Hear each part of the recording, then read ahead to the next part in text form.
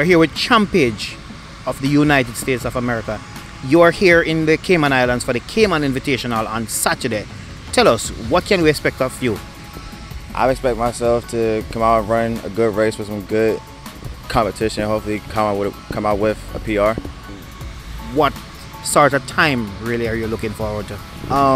Training wise, I feel really good. This is like my first year training with Sanjay, and it took me a while to get going, but I really feel like I'm in like a good 45 shape. I feel like I'm in some of the best shape that I've ever been in. Have you take a look at the field that you'll be going up against here yet? Coach told me a couple names, but I haven't fully seen it myself, no. When you're going in a competition like this, though, I mean, you want to come out with a personal best, but do you pay attention to your competitors, or do you just try to focus on your lane and try to execute a good race and get a good time? At this point, I've learned after competing in college and as long as I've been running, I shouldn't try to go out and chase times. It's more about executing my race, because at this point everybody's fast. So the only way for me to run fast is to run fast how I know how to run fast, not trying to just race everybody else. You're a genuine 400-meter runner. Do you plan to stick with the 400? Do you want to mix it up and run a couple of 200 like, say, LaShawn Merritt? I would like to get better at the 200. I've never really given the 200 a chance. I've been running the 400 all my life.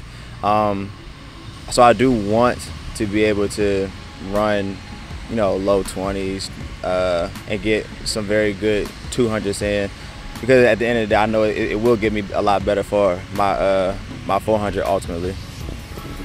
You're young, and you know, you mentioned you're in the 45 range.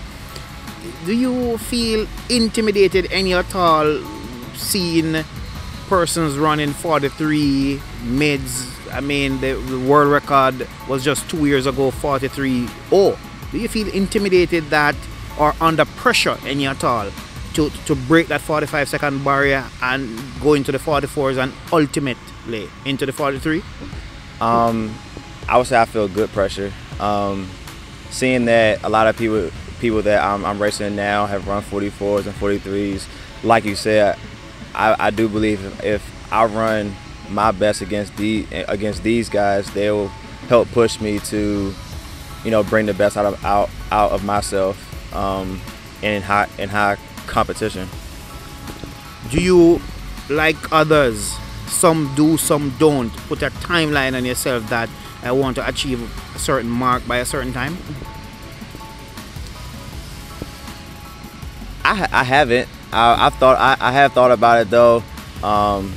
Coming out of college, I did think about, like, well, how long do I really want to try to do this?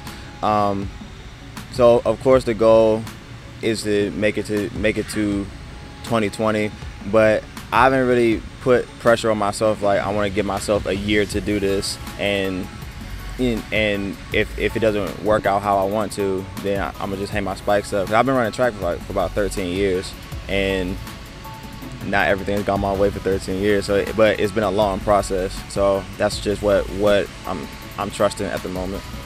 It may not have gone your way, but I assume you'd have learned a lot from that 13 years. Tell us about some of the things you'd have learned. Like I said earlier, I learned that chasing times isn't the best way to go about it. I was running fast at like a young age, and it just took me a long time to break that one point, because I was trying to chase a certain times, when rather running my race and racing good competition at all times, like, to just trust my training and trust myself, that's usually when I've gotten the best results.